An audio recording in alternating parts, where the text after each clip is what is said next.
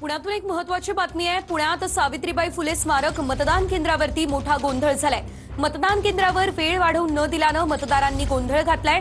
मतदानाची वेळ वाढवून न दिल्यानं अनेक मतदार मतदानापासून वंचित राहिले।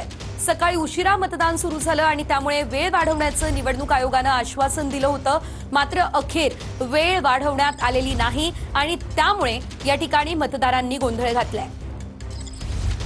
या संदर्भात अधिकचे अपडेट घेऊयात आमचे प्रतिनिधी प्रदीप कापसे यांच्याकडून।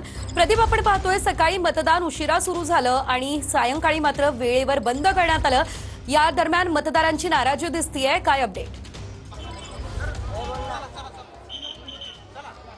सध्या आपण पाहतोय की जे सावित्रीबाई फुले स्मारकामधलं मतदान केंद्र आहे ते बंद करण्यात आलेलं आहे आणि आपण पाहतोय की पोलिसांकडून या ठिकाणी मतदारांना मतदान केंद्रावरून या ठिकाणी बाजूला केलं जातंय की मतदानाची वेळ संपलेली आहे। मात्र सकाळी जवळपास 2 ते 2.5 तास इथल्या मशीन ज्या आहेत त्या बंद पडलेल्या होत्या, त्यामुळे आरून विनंती केल्यानंतर त्यांनी आश्वासन दिलेलं होतं असं कार्यकर्त्यांचं म्हणणं आहे की वेळ वाढवून मिळेल। मात्र सध्या आपण पाहतो की पोलिसांकडून जे मतदार आतमध्ये आहेत ज्यांचं वोटिंग झालेलं आहे त्यांना बाहेर काढलं जाते, मात्र नव्यानं आलेले मतदार जे आहेत त्यांना मात्र आतमध्ये घेतलं जात नाही। दुसऱ्या बाजूला आपण पाहतोय की एवढे सगळे मतदार जे आहेत ते मतदानापासून वंचित आहेत। या सगळ्या मतदारांना मतदानाचा हक्क जो आहे तो बजावता आलेला नाही, त्यामुळे जवळपास 2 तासांपासून या सगळ्या महिला रस्त्यावरती इथं ताटकळत उभ्या असलेल्या पाहायला मिळत आहेत आणि या सगळ्या महिला आपण पाहतोय की मतदानाअभावी हे सगळ्या वंचित आपल्याला पाहायला मिळतात। दुसऱ्या बाजूला आपण पाहतोय की पोलिसांकडून या सगळ्या मतदारांना या ठिकाणून हाकललं जात आहे की मतदानाची वेळ संपलेली आहे। मात्र सकाळी ज्यावेळेस उमेदवार रुपाली पाटील असतील किंवा इतर उमेदवार जे आहेत त्यांनी निवडणूक निर्णय अधिकाऱ्यांशी चर्चा केल्यानंतर 2 तासांचा वेळ मिळेल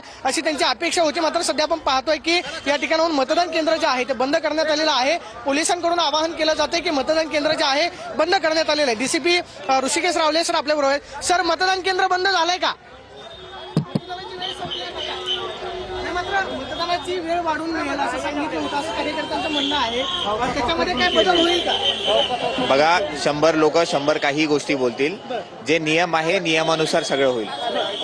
पाहतोय की ज्या गोष्टी नियमानुसारच होतील असं दिलेल्या सर्व अपडेटसाठी पुण्यातील सावित्रीबाई फुले स्मारक मतदान केंद्रावर नेमकं काय घडलं हे आपण पाहत होतो।